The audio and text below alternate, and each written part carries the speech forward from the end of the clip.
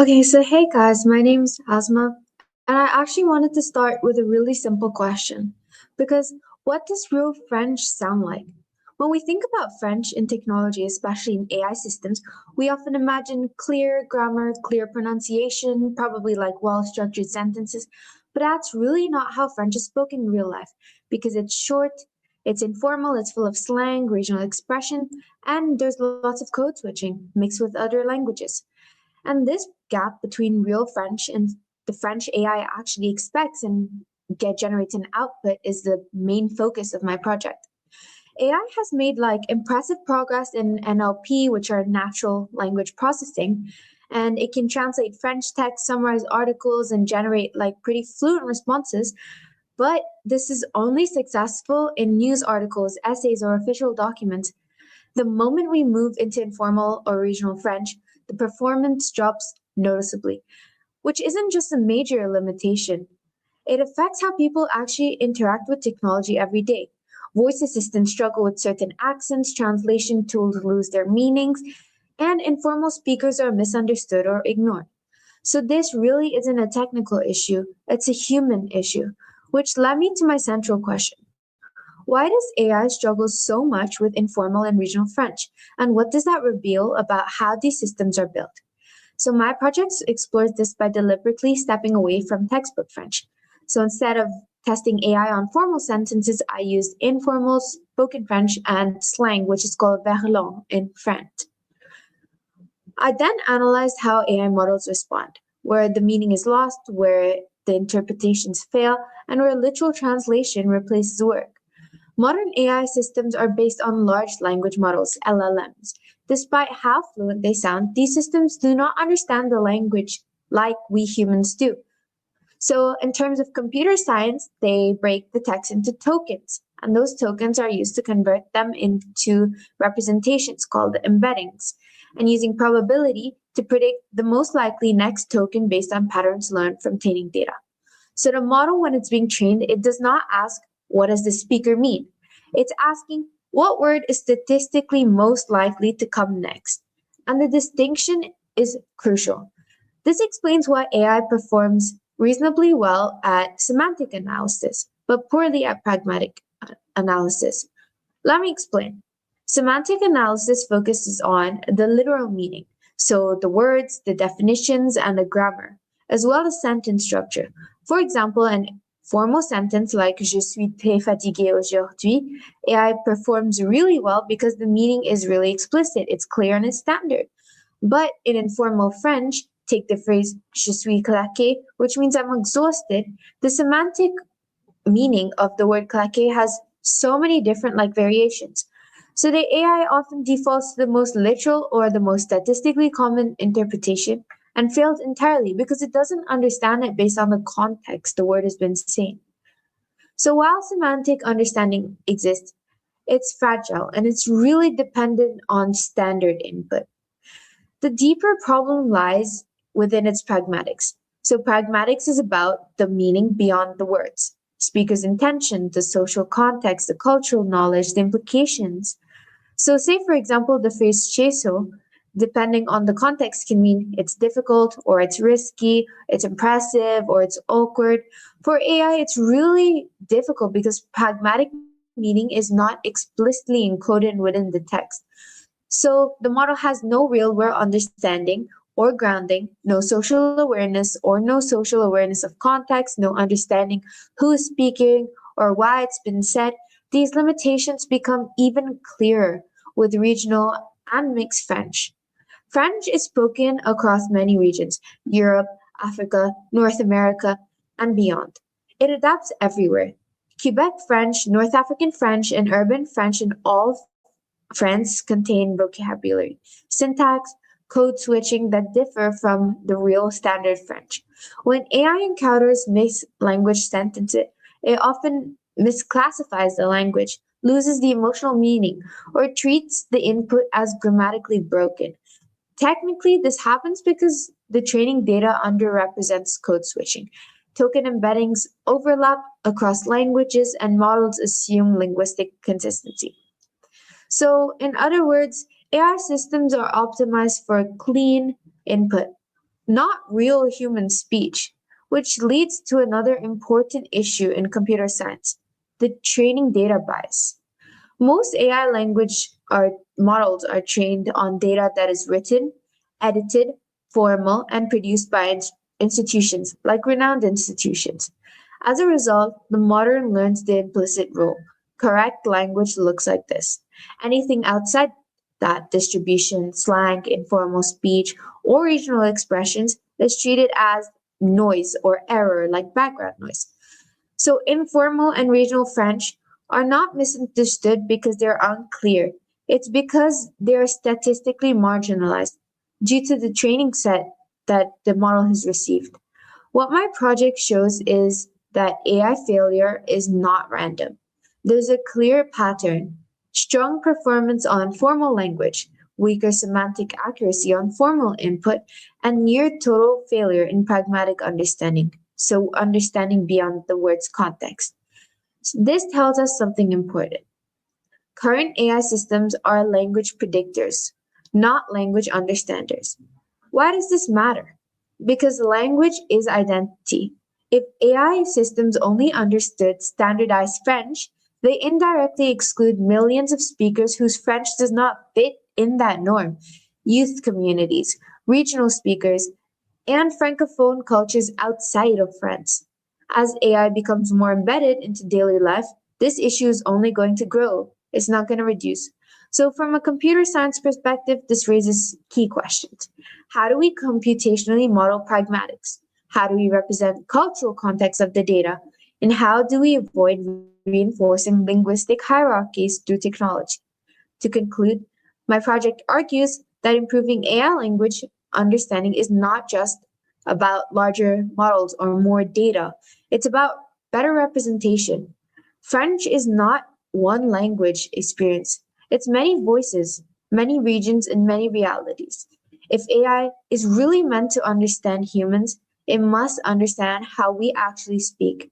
Thank you.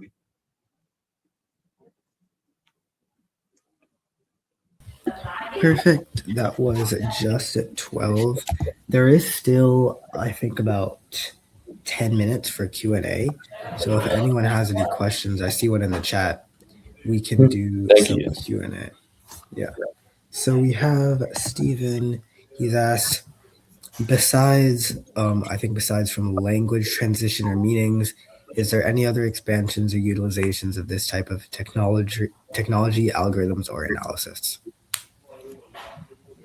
Yes, of course. Of course there are. This is for analyzing language, there's a certain procedure that the computer has to follow. Semantic analysis, pragmatic analysis, data analysis. You can use this in many different fields. For example, economics. Say, for example, you have the stock market. It can be used to predict like stock crashes, market failures, or you can have other things like analyzing data sets. For example, data sets from Kaggle. You have Kaggle data sets, and you can use this field to analyze and predict future trends. This kind of technology is just basic machine learning, which can be implemented in different ways depending on what you actually want to use it for. So, yeah, there are lots of different like utilizations of this type of algorithm. Okay, perfect. Yeah. Are there any other questions in the chat? Does anyone else have any questions?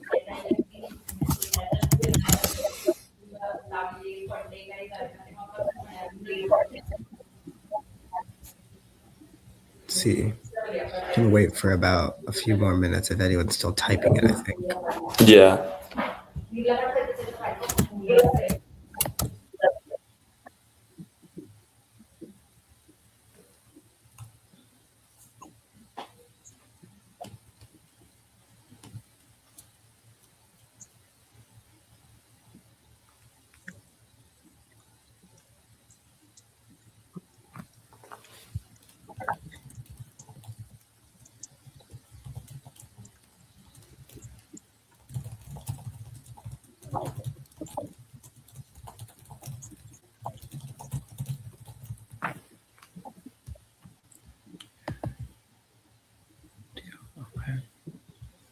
I see Oh, I see Yeah, I one more see a question. question.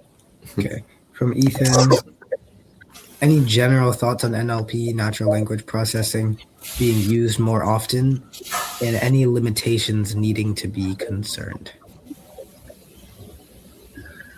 Well, that's actually a really important question because NLP is definitely being used more often in customer service, chatbots, and translation tools, voice assistants, and education platforms, actually, even healthcare systems and legal document processing.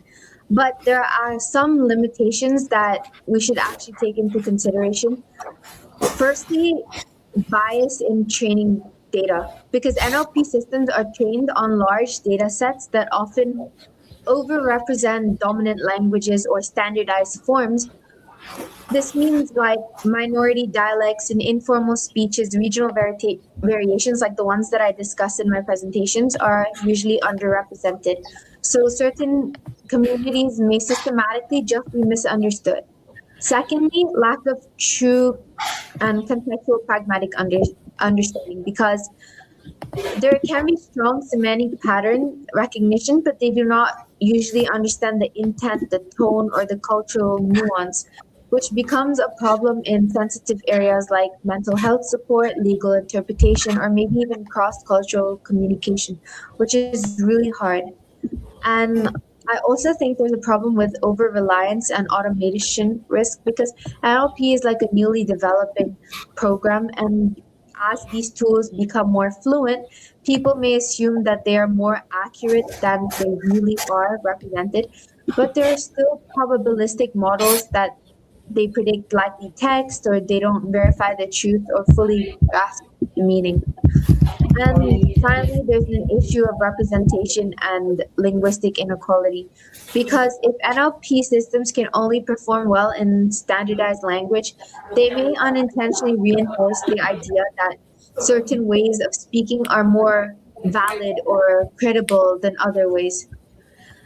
So even though like NLP is upcoming, it's exciting and powerful, there are certain limitations that we need to understand, especially in terms of like cultural bias and underrepresentation of the language itself. Okay, perfect. We have one final question. Yeah, I think there's Let's questions see. from Ninja right here. I think it says, in terms of legislation, do you think there's anything that can be done by federal/local governments to use AI and assist citizens with language barriers? Yeah, I do think that federal and local governments can play a major role in using AI to reduce like language barriers. Like, for example, governments could implement public sector multilingual AI systems for essential services like healthcare, legal aid, or immigration offices and education, because the AI powered translation tools could really help citizens in all different forms and to understand official documents or communicate basic needs more easily. However, legislation should ensure that AI is used as a support tool, not as a replacement, which is really, really important for human interpreters. Because in like high stakes situations like medical decisions or legal proceedings, like emergency case scenarios, accuracy and nuance are often critical, so it cannot be considered as a replacement for human interpreters. Secondly, governments could require like inclusive training data standards, which means ensuring that AI could be used in public services are trained on different dialects, regional variations, and minority language, not just the standardized or dominant forms, because that would directly address some of the bias that I answered in my previous question. And lastly, transparency is really, really important because citizens should know when they are interacting with AI, what its limitations are, and how their data is being used. Because AI, unfortunately, it fails. It's not really reliable, it's not consistent. And there should be some sort of accountability mechanisms because if say for example, if an AI system mistranslates critical information and causes harm or unintended damage, there needs to be a clear framework of responsibility and accountability. So to answer your question, yes, legislation can absolutely help AI assist like citizens through language barriers, but it must be have like a balance overall between like fairness, the transparency, human oversight, and accessibility, and it must never be considered as a replacement for human translators. Yeah, thank you. I think that was a very insightful talk. There is always an opportunity to contribute to the discussions that we have at EnviroCast Geo. If you are interested in attending or even speaking at a future conference, learn more at geo.envirocast.org. We're excited to hear your insights.